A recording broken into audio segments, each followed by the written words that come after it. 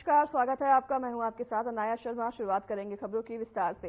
22 जनवरी को अयोध्या राम मंदिर प्राण प्रतिष्ठा के दिन उत्तराखंड में वृहद स्तर पर कार्यक्रम आयोजित किए जाएंगे। सीएम पुष्कर सिंह धामी और बीजेपी के प्रदेश अध्यक्ष महेंद्र भट्ट का भी प्रवास का कार्यक्रम है। आपको बता दें कि बीजेपी प्रदेश अध्यक्ष महेंद्र भट्ट जोशीमठ में रहेंगे। वहीं बीजेपी पदाधिकारी और कार्यकर्ताओं ने मंदिर में पूजा कीर्तन के साथ हवन करेंगे।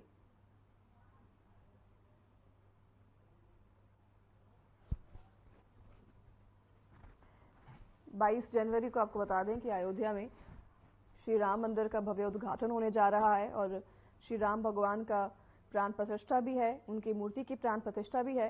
तो उसी को लेकर अब मुख्यमंत्री धामी ने भी सारी कार्यक्रमों की आयोजन किए हैं 22 जनवरी को।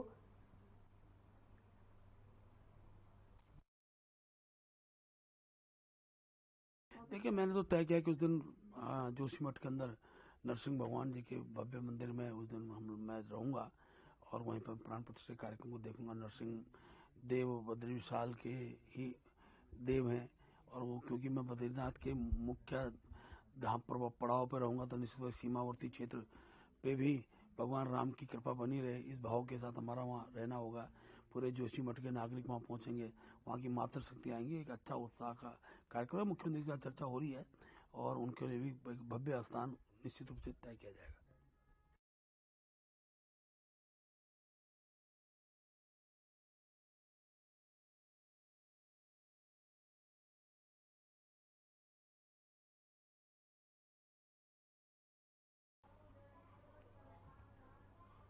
अयोध्या राम मंदिर की प्राण प्रतिष्ठा का निमंत्रण अस्वीकार करने के बाद कांग्रेस पार्टी भाजपा और अन्य हिंदूवादी संगठनों के निशाने पर आ गई है। पूर्व केंद्रीय मंत्री और हरिद्वार से भाजपा सांसद रमेश पोखरियाल निशंक ने भी कांग्रेस में ही चुटकी ली और कहा कि प्राण प्रतिष्ठा का निमंत्रण अस्वीकार करके बची कुची कांग्रेस खुद को पूरा खत्म करना चाहती है। देश के लोग कांग्रेस को जवाब दे रहे हैं और कांग्रेस पर ज्यादा टिप्पणी करना वो उचित नहीं समझते। आपको बता दें कि सांसद रमेश पोखरियाल निशंक आज हरिद्वार के रामकृष्ण मिशन अस्पताल में आयोजित युवा दिवस में भाग लेने पहुंचे थे और स्वामी विवेकानंद की जयंती के अवसर पर रामकृष्ण मिशन अस्पताल में युवा दिवस का आयोजन किया गया था। इस दौरान उन्होंने राम मंदिर को लेकर कांग्रेस पार्टी पर टिप्पणी की।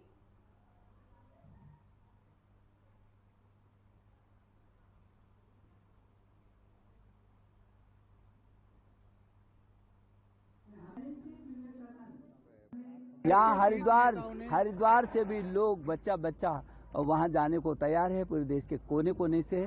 जहाँ तक कांग्रेस की आपने बात की उसके बारे में कुछ कहना ठीक नहीं। लोग ही जवाब दे रहे हैं उनको।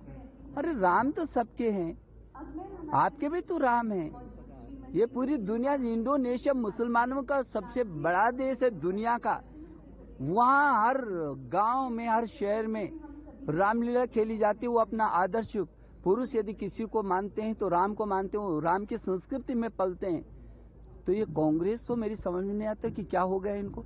ये बच्चे खुश नहीं, वो ये कहते हैं हम बच्चे खुश हैं, हम ये भी खत्म होना चाहते हैं, ये कहते हैं वो, और कुछ नहीं कहते। उनकी भाषा आप समझो। और हमारे अंदर उन्होंने पुरस्कार भी प्राप्त किया है। हमारे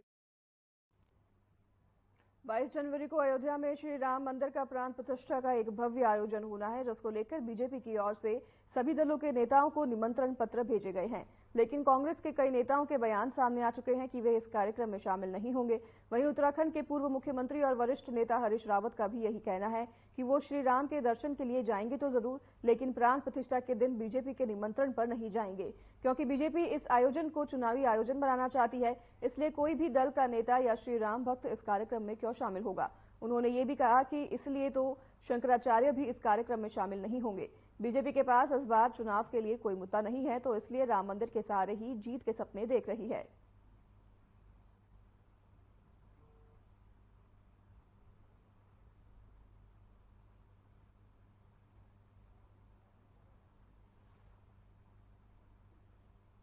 जो आमंत्रण आए थे उसके इनकार करने जाने से इस तरह की चीजें आ रही हैं, आप जाएंगे? देखिए, सब लोग अपनी सुविधा और भगवान की आज्ञा से जाते हैं दर्शन करने के लिए। जो भी तीर्थ स्थानों को जाते हैं, ये हमारी सनातन परंपरा है और हम बिल्कुल जाएंगे।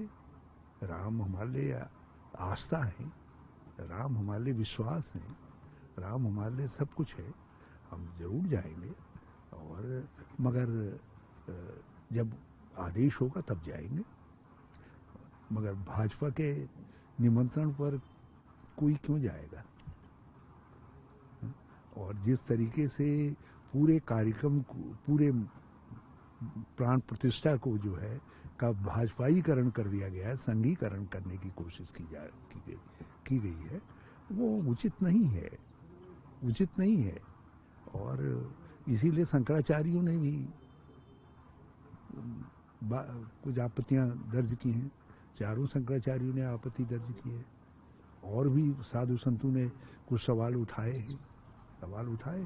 जो कांग्रेसी जाना काशीपुर में समाजवादी पार्टी का कार्यकर्ता सम्मेलन आयोजित किया गया और आने वाले लोकसभा चुनाव को लेकर सभी राजनीतिक पार्टियां अपनी तैयारियों में जुटी हुई है। उत्तराखंड बनने के बाद से ही अपने अस्तित्व को खो चुकी समाजवादी पार्टी इस बार लोकसभा चुनाव में अपनी पहचान वापस पाना चाहती है। उत्तराखंड में समाजवादी पार्टी कार्यकर्ताओं में ऊर्जा भरने के लिए विधानसभा बार कार्यकर्ता सम्मेलन कर रही है, जिसमें आगामी लोकसभा चुनाव में पार्टी हरिद्वार लोकसभा सीट और उधम सिंह नगर लोकसभा सीट से चुनाव लड़ना चाहती है। पार्टी का फोकस 2 लोकसभा सीटों पर है। पार्टी उत्तराखंड में लोकसभा चुनाव को लेकर रणनीति बनाने में जुट गई है।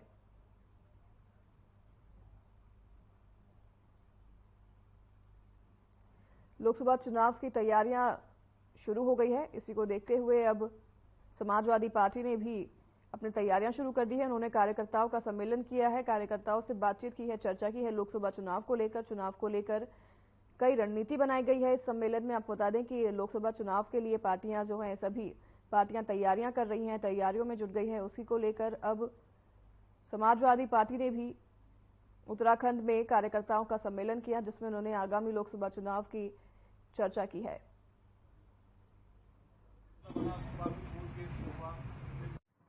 उत्तराखंड में हमारी पार्टी 2 सीटों पे चुनाव लड़ने की तैयारी कर रही है। एक आपका हरिद्वार लोकसभा हो गया, दूसरा आपका नैनीताल लोकसभा हो गया। बाकी उत्तराखंड में 5 लोकसभा सीटें हैं। इन 2 लोकसभा सीटों में हमारा संगठन है, पहले भी रहा है, और हम लोग मेहनत कर रहे हैं, संगठन को और जोड़ने का काम कर रहे हैं। और 2 बाकी का जो फैसला है हमारा राष्ट्रीय नेतृत्व तय करेगा, अखिलेश यादव तय करेंगे कि हमें किन सीटों पर चुनाव लड़ना है। 2 सीटों की हम तैयारी कर रहे हैं लगातार।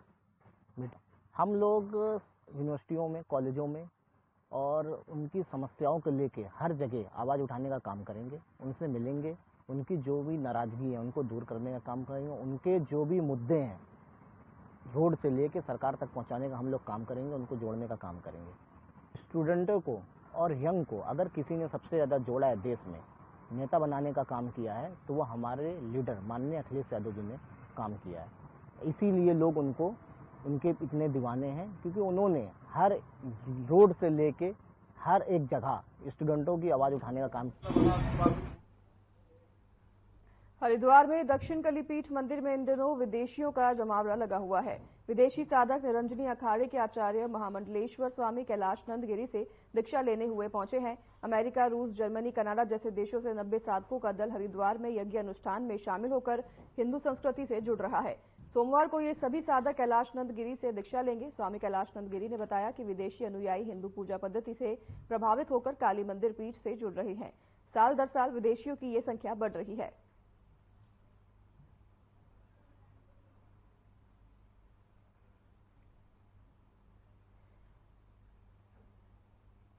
काली माता के मंदिर में कई विदेशी इस बार दीक्षा लेने पहुंचे हैं। तस्वीरें अपने आप स्क्रीन पर देख रहे हैं। हरिद्वार में ये मंदिर स्थित है, जहां पर विदेशियों का जमावड़ा लगा हुआ है इस मंदिर में दीक्षा लेने के लिए।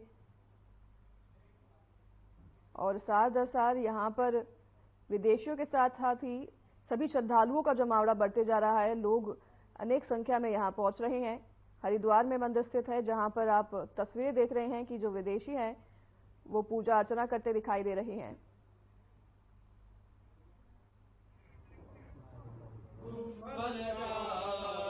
प्रति वर्ष बहुत भारी संख्या में, और America, Toronto, New York, new Jersey, America के आसपास के ऑस्ट्रेलिया, इजराइल, ऐसे जो बड़े अनुयायी हैं, बड़े उच्च कोटि के लोग हैं वहाँ, बड़े अच्छे परिवार के लोग हैं वहाँ, वो सभी यहाँ आते हैं। आज लगभग 90 लोग आए। हमने 90 लोगों को यज्ञ कराया। इनको हमने सबसे पहले सुबह आध्यात्मिक दीक्षा दी, उसके बाद इनका अभी यज्ञ हुआ। यज्ञ के बाद इनको हमने प्रसाद दिया। आज राम लला हमारे निर्विघ्न स्थापित हो, राम मंदिर निर्माण में कोई बाधा न आए। प्रधानमंत्री जी का जो 11 दिन का एक अनुष्ठान चल रहा है उसको लेकर के भी हमने यज्ञ किया। अभी हमारा बहुत करीबन 1.5-पौने 2 घंटे का यज्ञ हुआ और उस यज्ञ में सैकड़ों विदेशियों ने आकर के भाग लिया और वह यज्ञ हमारा अभी पूर्ण हुआ। कैलाशानंद गिरी के अनुयायी हैं और हम लोग यहाँ मेडिटेशन सीख के आए हैं। यहाँ हमारी आज दीक्षा सेरेमनी 2 दिन पहले थी। आज हम यज्ञ करने आए थे। हम सनातन में बहुत रुचि रखते हैं और दुनिया भर से यहाँ लोग आए हैं, ऑस्ट्रेलिया, यूके, यूएस, और ये सब वैदिक मेडिटेशन सीखते हैं और यहाँ पे गुरुजी से और सीखने आए हैं। और आज यज्ञ था। ये हम लोगों के लिए बहुत ऑनर की बात है, बहुत इज्जत की बात है कि हमें इसमें बैठ। स्वाहा स्वाहा।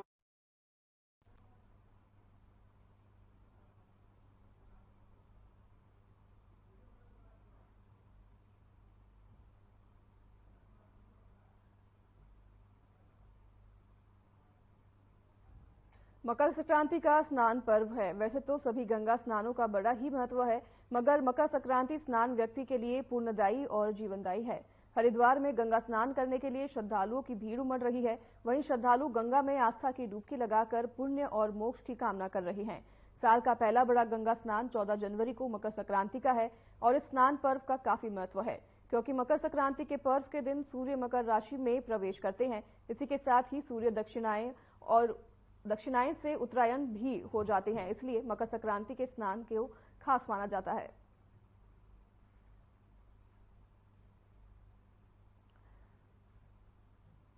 मकर संक्रांति के पर्व पर स्नान करना बेहद ही महत्वपूर्ण होता है। इसकी खास जगह है। आपको बता दें कि श्रद्धालु इसी के चलते आस्था की डुबकी लगा रहे हैं। आज मकर संक्रांति का पर्व है, जिसको लेकर सभी श्रद्धालु स्नान करने गंगा पहुंचे हैं और मकर संक्रांति के इस पावन पर्व पर स्नान करना बेहद ही महत्वपूर्ण बताया गया है। साल का पहला स्नान बताया जाता है मकर संक्रांति पर और इस स्नान से भी काफी लाभ बताए जाते हैं। इसी को देखते हुए सभी श्रद्धालु स्नान करने गंगा घाट पहुंचे हैं। जय श्री गंगा जी की। सबसे पहले आपके सभी दर्शकों को जय गंगा मैया की। आज मकर की संक्रांति है और मकर संक्रांति पे सूर्य भगवान जब मकर राशि में प्रवेश करते हैं तो मकर की संक्रांति का स्नान होता है। आज के दिन प्रातः काल से ही हजारों की संख्या में श्रद्धालु गंगा स्नान कर रहे हैं और गंगा स्नान करके अपने अपने मनोकामना माँ गंगा के समक्ष अर्पण कर रहे हैं। और आज के दिन स्नान करने के बाद तिल, जौ, चावल, खिचड़ी दान, अक्षत दान और तिलकुट दान करने का विशेष महत्व है। तिल दान करने का विशेष महत्व है। आज के दिन देवता भी भगवान विष्णु के रूप में पृथ्वी पर आकर के सभी भक्तों का कल्याण करते हैं, ऐसा वेद पुराणों में वर्णन है। आज के दिन स्नान करने से करोड़ों जन्म का पाप को समन हो जाता है और गंगा स्नान करने से मुक्ति और मोक्ष की प्राप्ति होती है। कहते हैं गंगा गंगेति योगरियात योजना नाम सतेरपि मुच्यते सर्व पापेभ्यो विष्णुलोकम स गच्छति। विष्णु पादान्य संभूते गंगे जपदगामिनी धर्म धर्मेदि विख्याते पापम में हर जाननी। यानी करोड़ों जन्म के पाप को समन करने की शक्ति यदि किसी में है वो माँ गंगा है। माँ गंगा के दर्शन मात्र से गंगा स्नान माना गया है। आचमन करने से गंगा स्नान किया गया है और स्नान डुबकी लगाने से स्नान किया गया है। गंगा स्नान करने से करोड़ों जन्म का पुण्य फल प्राप्त होता है। इसलिए आज के दिन संक्रांति के दिन विशेष पुण्य फलदायक है। जय श्री गंगा जी की। आप सभी दर्शकों को जो नहीं आ पाए हैं गंगा जी के दर्शन मात्र से उनको स्नान का पुण्य फल प्राप्त हो गए। जय श्री गंगा जी। हमने बहुत मान्यता सुनी थी कि गंगा मैया में आकर स्नान करने से सब मनोकामना पूरी होती है। तो हम पहली बार आए हैं, जहाँ आके देखा बहुत अच्छी व्यवस्था है और बहुत मजा आया। हमें सबने एंजॉय किया, बहुत मजा आया। हम देश के लिए यही कामना करते हैं कि हमारे देश में शांति बनी रहे और सब लोग एक दूसरे की मदद करें, ना कि एक दूसरे से लड़ाई झगड़ा करें। तो हम माता रानी से यही दुआ करते हैं कि हमारे देश में अमन शांति बने। लाल कुआं के निकटवर्ती क्षेत्र हल्दूचोड़ में उत्तरायणी कौतिक महोत्सव का आयोजन किया गया, जिसमें उत्तराखंड की प्रसिद्ध लोक गायिका हेमा ध्वनि ने कुमाऊनी गीतों से समा बांध दिया।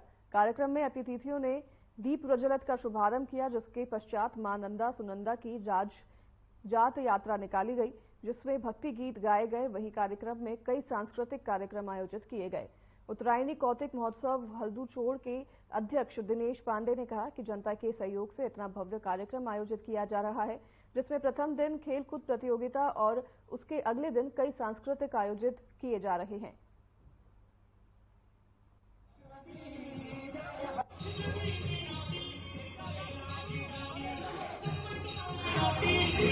साथ में रोहित बिष्ट जी, ग्राम प्रधान जग्गी बंगर और सभी सदस्य जो दीप प्रज्वलन स्थल पर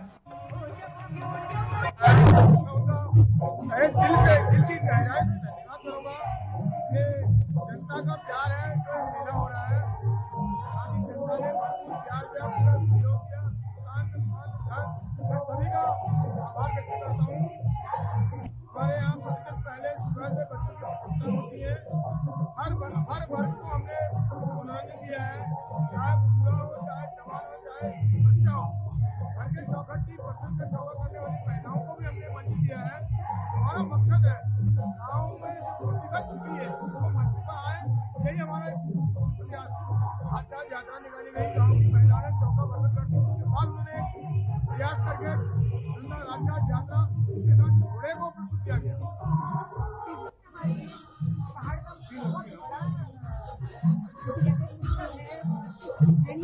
बड़ी धूमधाम से मनाया जाता है, क्योंकि मकर संक्रांति भी कहा जाता है। और इस मेले को इसलिए भी बड़े, अगर हम इस मेले को जब मनाते हैं ना तो एकजुट होकर अपनी संस्कृति को याद करते हैं और वो सब कुछ याद करते हमारी जो जन्मभूमि से मेला इस चीज के हमारी वेशभूषा, हमारी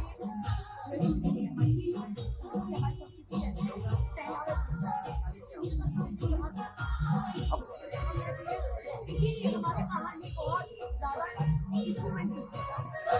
एक टाइम तक जब ये कहा जाता था कि जो पहाड़ी का क्षेत्र है बहुत पिछड़ा हुआ क्षेत्र है, बट आज यूट्यूब के जरिए हमारा पहाड़ बहुत आगे बढ़ेगा। इसे कह सकते हैं कि हमारा क्षेत्र बहुत आगे है। हमारे पहाड़ी कलाकारों ने बहुत आगे तरक्की की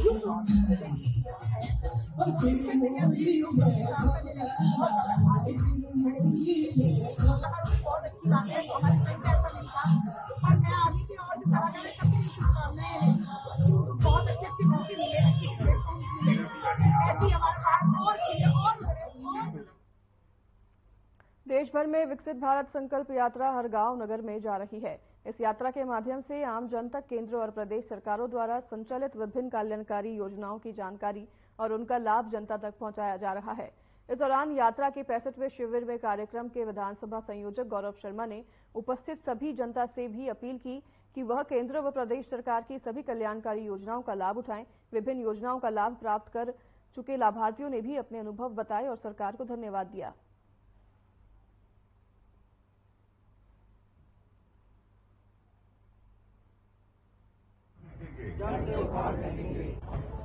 विकसित भारत संपर्क यात्रा जो आज जिसका पड़ाव आज यहाँ था भाजपुर में, उसमें हमने व्यापक प्रचार प्रसार करा था। ये चूंकि ये प्रोग्राम एक बार 10 तारीख को था, 10 तारीख को रुद्रपुर में प्रोग्राम होने की वजह से ये पोस्टपोन हो गया था, तब आज 13 तारीख को ये करा गया था।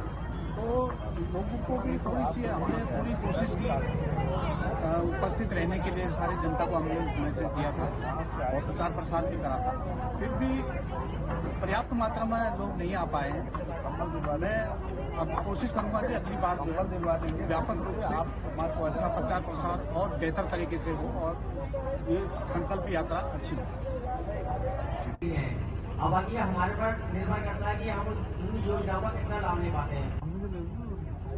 9 तारीख को, महीने की प्रत्येक 9 तारीख को के अंदर प्रत्येक जन को अंतिम छोड़ पे बैठे हुए व्यक्ति का भी आते हैं। तो मेरा निवेदन है कि आप इनकी भाषा में बोलने का प्रयोग करें। मैं जानता हूं कि आप यू आर वेल एजुकेटेड। किसी को कोई घमंड नहीं कि हम कोई एहसान कर रहे हैं। ये तो तेरा और तुझको जितने भी यहाँ पर पंडाल में बैठे हुए पशुपालक, कृषक या आम जनता को जड़ से उखाड़ फेंकेंगे। देश की समृद्ध 108 की एम्बुलेंस सेवा फ्री है, जो कि भारत को 2047 तक नगर निकायों का कार्यकाल समाप्त होने के बाद सभी निकायों को अब प्रशासकों द्वारा संचालित किया जा रहा है। तो वहीं हाईकोर्ट के आदेश के बाद आरक्षण का कार्य पूरा कर 6 महीनों के अंदर निकाय चुनाव संपन्न करना धामी सरकार के लिए एक बड़ी चुनौती बनती हुई नजर आ रही है। इस बात को लेकर कैबिनेट मंत्री प्रेमचंद अग्रवाल ने कहा कि स्वाभाविक रूप से चुनाव संपन्न कराने के लिए आरक्षण, मतदाता सूची और सीमांकन के सारे विषयों पर काम करना होगा। साथ ही उन्होंने कहा कि जैसे ही आरक्षण का काम पूरा होगा और एकल आयुक्त द्वारा रिपोर्ट जारी होगी, उसके बाद अन्य विषयों पर काम करके 6 महीनों के अंदर नगर निकाय चुनाव संपन्न करना संभव होगा।